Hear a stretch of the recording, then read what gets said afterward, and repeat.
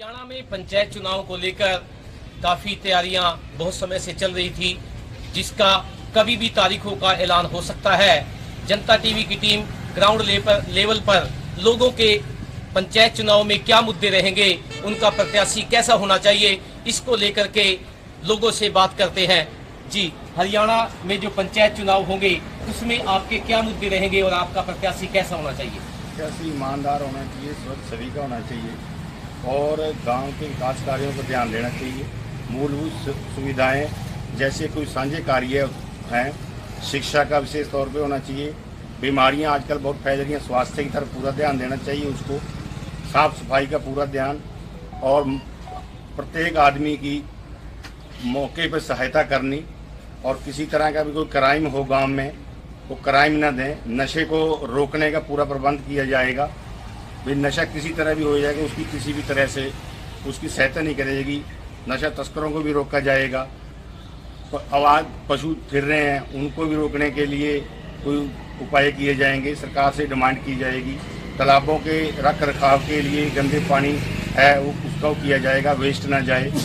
और पानी भी बचाने के लिए उसका जितना भी है लोगों को जागरूक किया जाएगा। समय समय पर सभी लोगों की, सभी कम्युनिटी की राय ली जाएगी। सभी धर्मों का विशेष ध्यान रखा जाएगा। धर्म के नाम पर कोई झगड़ा नहीं कराया जाएगा। यही हमारी प्राथमिकता रहेगी और सरकार से भी सहयोग मांगा जाएगा। जितना सहयोग सरकार दे उसको सुचारू रूप से लागू किया जाए, ऐसा हमारा सोच है। और प्रशासन से भी ये कहते हैं अच्छे ईमानदार अफसर हों, अच्छे काम हों, सार्वजनिक काम पे ध्यान दिया जाएगा सारे से ज़्यादा। हमारे साथ और भी कुछ लोग खड़े हैं, आइए उनसे जानते हैं कि क्या मुद्दे रहेंगे इस बार पंचायत चुनाव को लेकर के। आपके चैनल के माध्यम से आपके सभी सुनने वाले दर्शकों को मेरा नमस्कार। पर मैं ये कहता हूँ भी मुद्दा जो सरपंच के पास रखा जाएगा, अगर किसी सरपंच के पास कोई पावर होगी तभी वो मुद्दा होगा। मुद्दे तो इस सरकार ने कुछ अपना अहमियत तो सरकार ने कुछ छोड़ी नहीं। किसी सरपंच के पास 2 लाख से ऊपर कार्य करने की पावर नहीं है।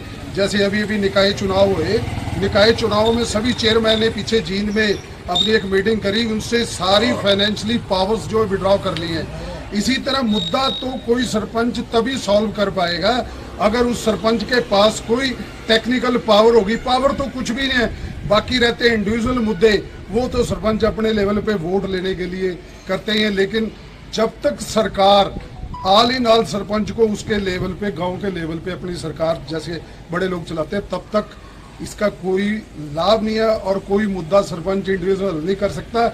इसमें भी सरकार का कम दोष है, अफसरों का ज्यादा दोष है।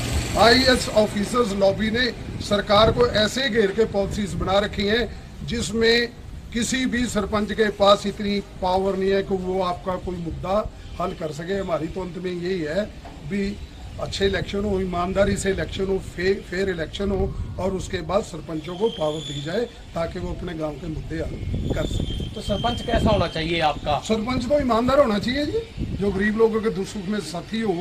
आधी रात को टेलीफोन करो, अपनी गाड़ी लेके खड़ा हो, अपना तेल फूक के उन लोगों को कहीं भी कोई दुख तकलीफ हो उनका साथ दे। सरपंच तो ऐसा होना चाहिए, अगर चौधर करनी है तो फिर भी घर तो खोना पड़ेगा, टाइम भी खोना पड़ेगा, दोनों काम। हमारे साथ कुछ और लोग खड़े हैं, आइए उनसे जानते हैं क्या मुद्दे रहेंगे इस बार पंचायत चुनाव में। तो कहने का तो ना कुछ होता नहीं है, जो कुछ कहना था सारा कुछ सुंदर ना अपना सरपंच साहब गैटी ने कह लिया। दूसरी बात है, पढ़ा लिखा सरपंच होना चाहिए, गांव का जागरूक सरपंच होना चाहिए, साफ छवि का होना चाहिए और ईमानदार होना चाहिए कि जो भी ग्रांट ऊपर सरकार से आए वो सारी की सारी मान ले गाँव के अंदर ही लगे, ना कि अपना घर बनाए। सबसे पहला मुद्दा होगा कि सरपंच ऐसा होना चाहिए भी अपना घर बनाने के बजाय गाँव के विकास के कार्य में पैसे लगाए।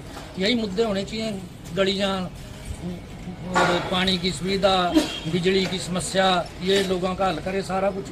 और सेवादार होना चाहिए, गरीब आदमियों की सहायता करे, ऐसा सरपंच होना चाहिए। यही चाहेंगे हमको बस। आइए कुछ और लोगों से बात करते हैं, आखिर क्या मुद्दे रहेंगे, उनका प्रत्याशी कैसा होना चाहिए। जी, प्रत्याशी पढ़ा लिखा होना चाहिए। सब में पहले तो गांव में नशा के ऊपर रोक लगनी चाहिए।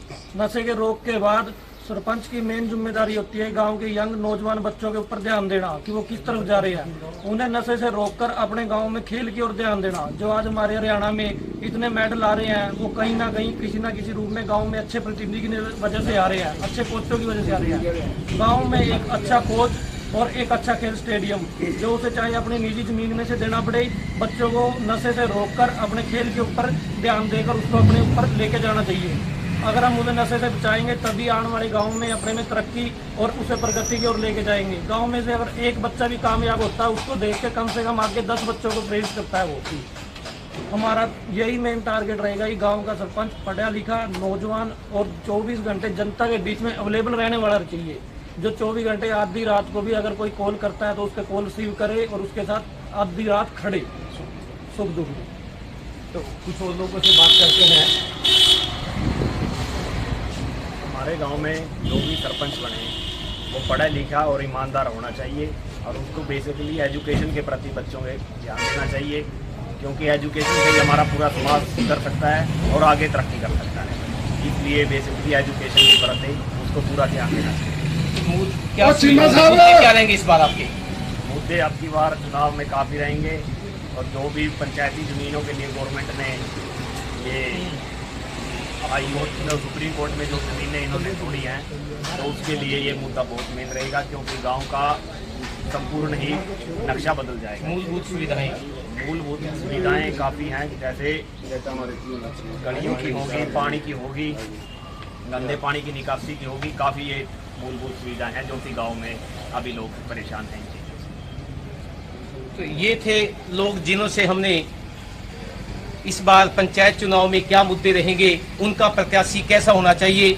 आखिर लोगों का कहना है कि उनका प्रत्याशी पढ़ा लिखा हो, सुख दुख में उनके साथ खड़े, जो सरकारी ग्रांट है उसका सदुपयोग करे, कोई पक्षपात ना करे और गांव में मूलभूत सुविधाओं के साथ साथ प्रत्येक गांव में जो छोटे मोटे काम हैं उनके करने के लिए अधिकारी भी गांव में होने चाहिए। जनता टीवी के लिए पेहवा से यज्ञदत्त शास्त्री।